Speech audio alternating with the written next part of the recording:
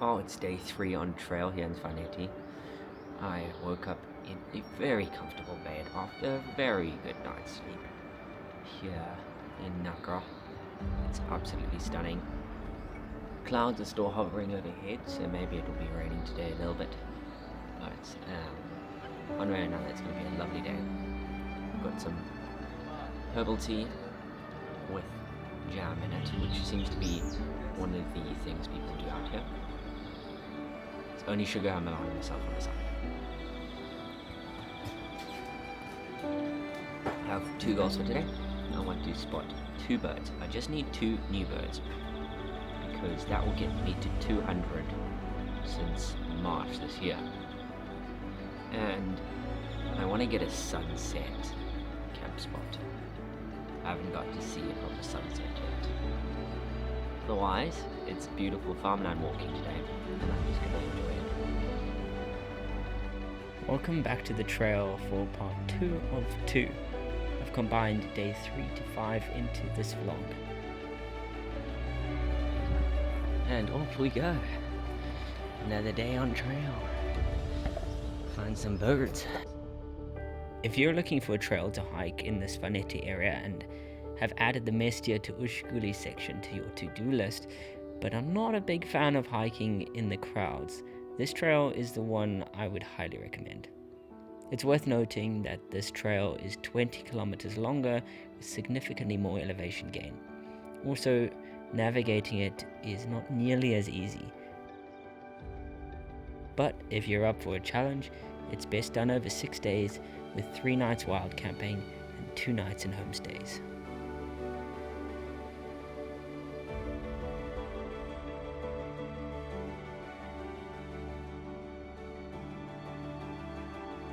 Look at that, not even 1 kilometer walking, and I have 4 new birds. 204 birds since March. First goal accomplished. If you've been following me for a while on social media, you'll know that I've hiked this portion of trail before. I did it as part of the 1,500 kilometer Transcaucasian Trail, which runs from the Black Sea all the way to the border of Iran. I made a short film about that adventure, which I'm really proud of. I'll include it in the link above. Last time I was on this section, I was really struggling with depression, and I pushed myself seriously hard, taking very few breaks because I was rushing away from myself. This time I'm going to slow down. I'm going to go really slow, taking time to spot birds, explore things like this old stone mill. I've been soaking in the sounds, the smells of summer, and I've even taken times to nap en route.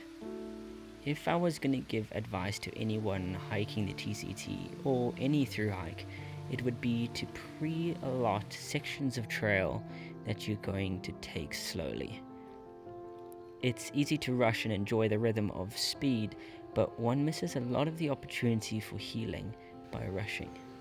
Last time I was here, I hiked down the valley, Udviri passes, over there, all the way down into this valley, up and over this hill, which is like a flipping mountain, and then 7 kilometers further before camping. Really gnarly day. I'm weak now, and too busy birding to hike fast. Not gonna lie, I'm suffering up this hill. It's been 2.5 hours already. To be fair, I've been a little bit distracted by the many amazing birds. I just crested the top of the hill. It's a long meandering descent now. No more big climbs today.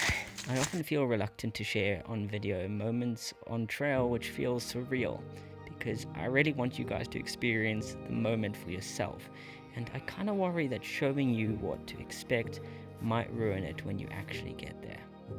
This is one of those moments. My goodness, this bed is so beautiful, but it is also so hot right now. You wouldn't think I was bashing through snow yesterday. Amazing.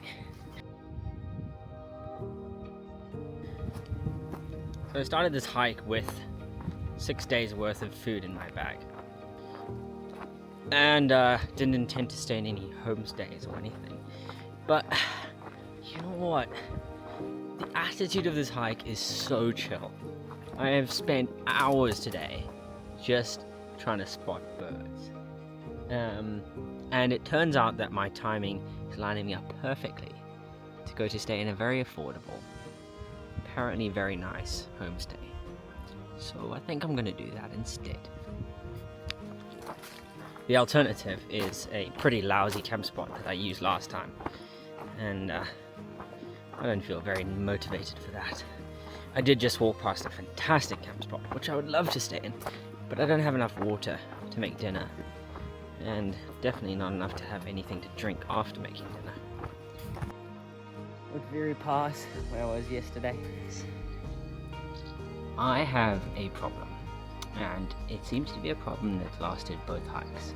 I'm really good at leaving stuff associated with the Osmo around about. I just left the case, all my ND filters except for the one that's on here, which I went out of the way to buy, by the way, because I lost my previous set, and I lost a set before that. And I left it all at the last place on the hillside while having breakfast. Footage is going to be so trash from now on. And I just realized the consequence of this is I won't have any indie filters except for this one and no case for my entire Turkey 300-kilometer hike. No.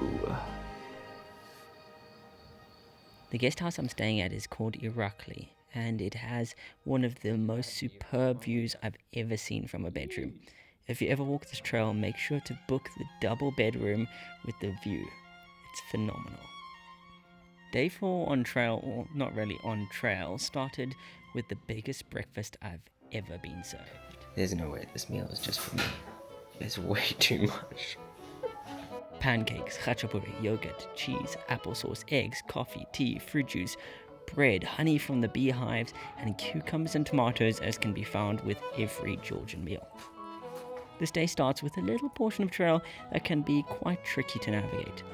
You have to go through a valley without a marked trail, but if you follow your nose and the cattle pass, you'll find your way through. I have been thinking a lot on this trail about what it is to be a man. Yeah, random ride. But starting today, I was mulling over the strange, provocative terminologies that this manosphere uses. Alpha male, beta male, simp. And I couldn't help smiling when I realized it seems to me that I'm failing pretty poorly at being a strong man as they want.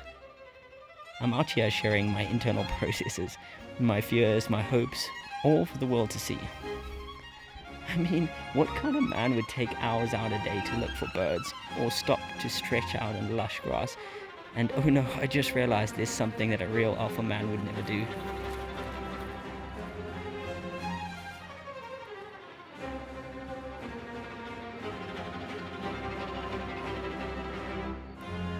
Well, I guess I'm a beta male. So welcome to the vlog of a beta male, where we figure out what it looks like to take time in creation to heal, to reflect, and to become a better version of ourselves. Because at our core, we know that strength isn't crushing others, but learning to lift them up. Anyway, back to the trail. Climbing over the ridge into its seri, I paused to put on some sunscreen, which inevitably turned into... Just spent 15 minutes just waiting for a bird. Last time I walked this exact section, I was freezing cold. I don't know why it was such a cold morning, but I was shivering, my fingers were numb, and then a dog jumped out from behind a building and I got the fright of my life. This time, so pleasant, if not hot later. There are two big passes on this trail, as I mentioned before, Udviri Pass and Guli Pass. But if you hike this middle section between the two big passes, this becomes the biggest one. You have to climb up through the town of Itseri, and then through Bashi, and then up and up to the phenomenal ridgeline, up on the right. So I just learned something really interesting. I was watching those Western house martins, and at one point I saw 4 go in and out the same nest. At one point there were 3 inside at the same time. It's like, what? That's weird. So I did some research. It turns out they can have multiple broods in a single season, and then the older ones that have already hatched and are flying will help raise the next group, which is really cool. Realizing I had once again fallen back into the habit of rushing, I decided to stop and try and spot a cuckoo.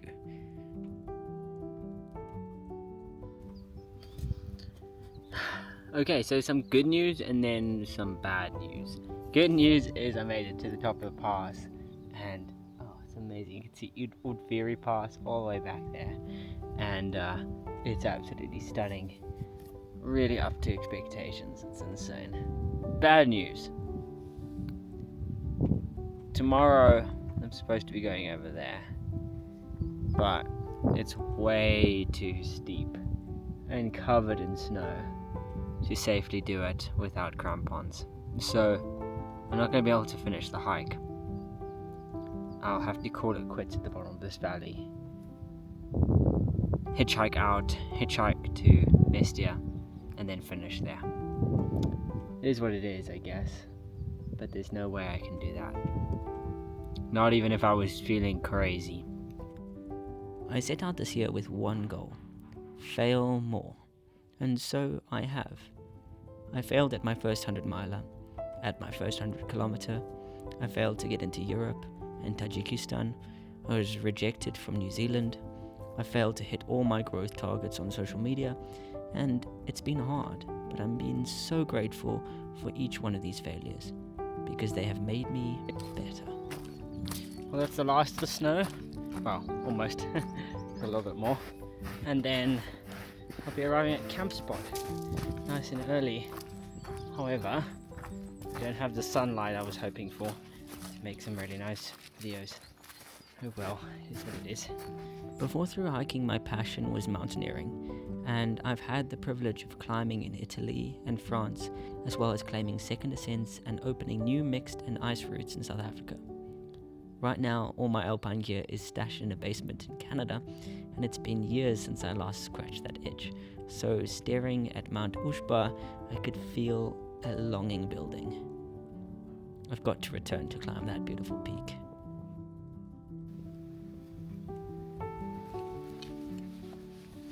So although this is grazing area and there'll be cattle tromping over everything in a week or so, I'm trying to choose a camp spot. Doesn't squish any flowers that might be endangered or protected or something. I'm not sure of the local laws around flora, but I know that grass is pretty safe to camp on.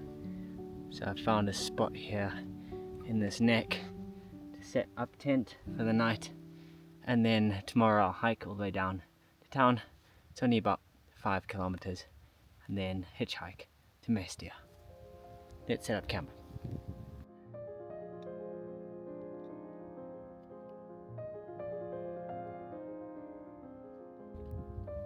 This might be one of the most beautiful camp spots I've ever had. It's got views in all directions, and it's certainly not one I would use if there was a risk of storms. But tonight is going to be still, despite the scary looking clouds. Setting up camp brings a different kind of joy and rhythm than taking down camp. There's no rush, no need to start walking, and so I take my time, sorting and preparing for the next day. I love to listen to audiobooks and get completely lost in the moment. It's moments like these that make me love hiking alone more.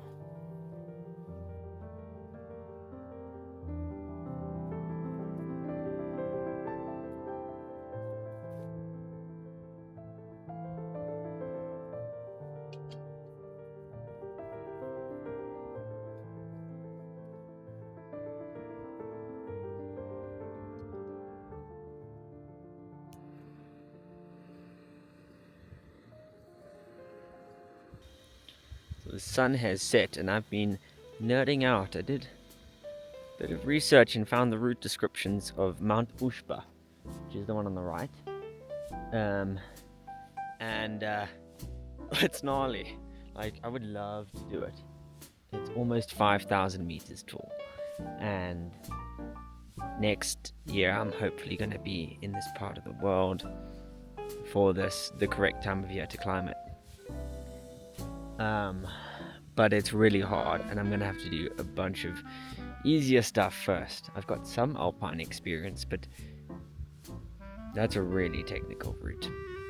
3 days, so many pictures, hauling your gear, mixed climbing, sketchy ice climbing, insanity. Whoa! I want to do it.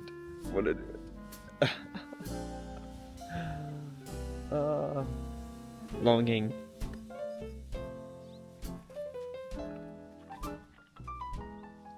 It's day 5 on trail, and I had such a short day today. Decided to start very slowly so I can dry out my tent, so that I'm not having to try and dry it out in town later today. And the rain is supposed to be coming at some point, but right now it looks pretty on perfect. Okay, I'm going to have to admit, I might have got annoyed at those darn tea bag sachets, and so I opened all of them and put the loose bags into a Ziploc, because I never want them to ruin another majestic morning by taking 2 or 3 tries to open.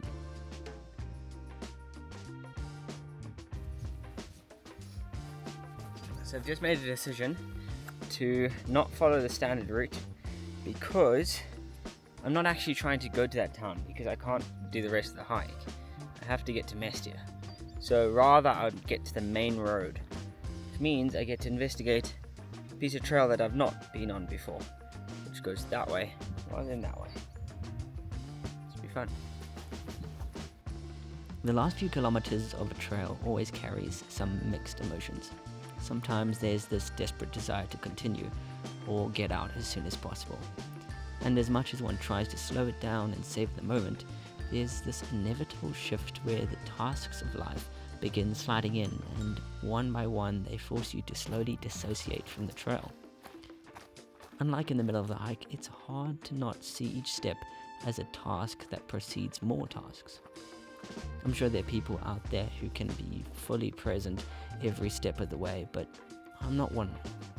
And I have to admit to worrying about hitchhiking, I spent time booking accommodation, and I was missing most of the trail at my feet, being lost with my head in the cloud of to-do lists.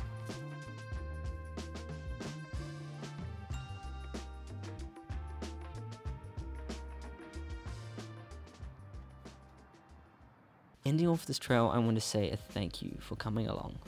This is a new style video for me, and honestly, I love making it. Up next, I'll be hiking 300 kilometers through southern Turkey on the St. Paul Trail, an adventure I can't wait to share with you.